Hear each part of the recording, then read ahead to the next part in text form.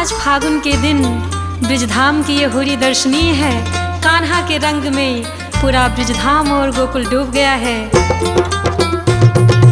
कान्हा बड़ा है रंगदार, फागुन रास रचे।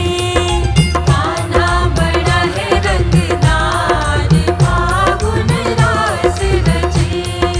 रंगों की करे बौछार, फागुन रास रचे। रंगों की करे बौछार, फागुन रास रचे।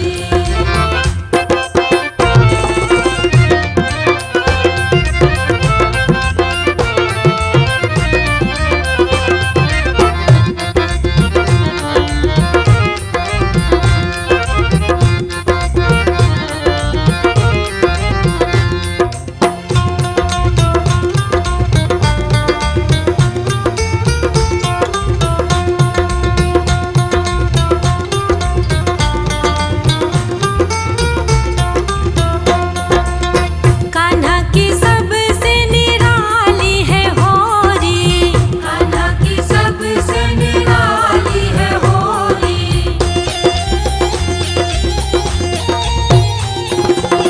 रंग लगाए करे बर जोरी।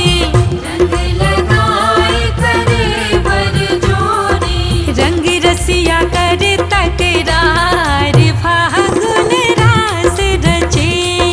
रंगों की करे बौछार, फागुन रास रचे।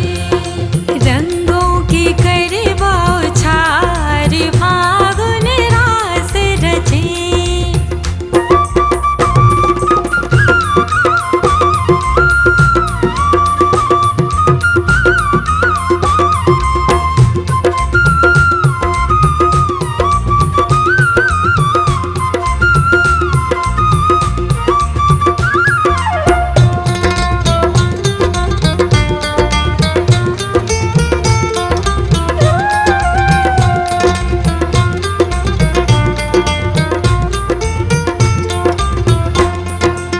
नैनों से जाके हृदय समाए। नैनों से जाके हृदय समाए।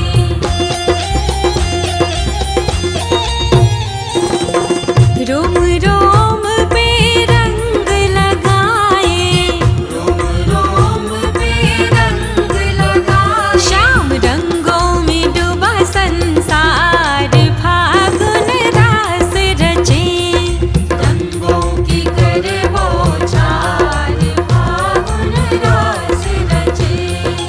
रंगों की करे बौछार, फागुन रास रचे।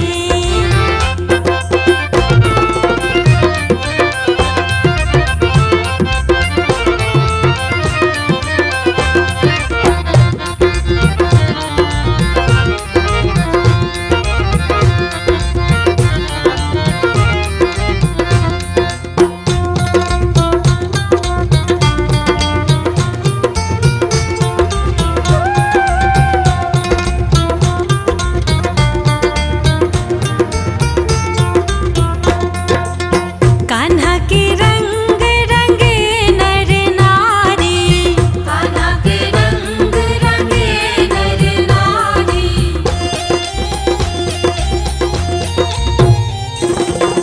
होरी भी